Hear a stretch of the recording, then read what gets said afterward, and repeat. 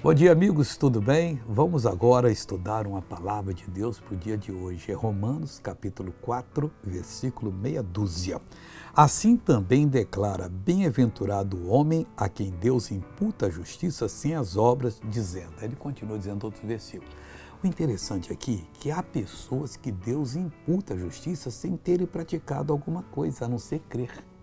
Isso é o importante. Quando você crê, é infinitamente melhor do que qualquer sacrifício. Não, eu vou ficar todo dia orando de 4 da manhã às 6. Onde é que na Bíblia mandou você orar de joelho de 4 às 6 da manhã? Orar sem cessar toda hora que tiver necessidade.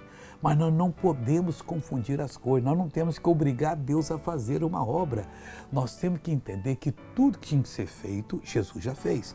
Agora, ao crermos e nós determinarmos, nós fazermos a mesma obra que ele fazia ou faria se estivesse no nosso lugar, nós vamos ser abençoados. Veja essa pessoa que fez uma grande obra.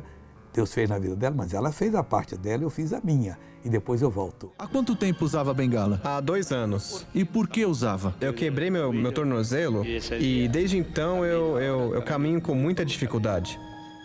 Era difícil subir a escada. E como caminhava com a bengala? Assim. Sem a bengala não podia caminhar. Sem a bengala eu não podia caminhar. Eu não podia nem subir no ônibus. E agora pode caminhar sem a bengala? Agora eu posso. Então caminhe em nome de Jesus. Vai, Roberto, Deus está começando a operar em você. Glória a Deus. Agora vamos orar? Pai, queremos fazer a tua obra. Queremos ver o teu poder operando. Queremos ver as pessoas curadas, libertas, santificadas por tua palavra. Em nome de Jesus, eu não aceito o mal dessa vida. Eu repreendo, eu reprovo e digo: mal, vá embora, em nome de Jesus. Bom dia.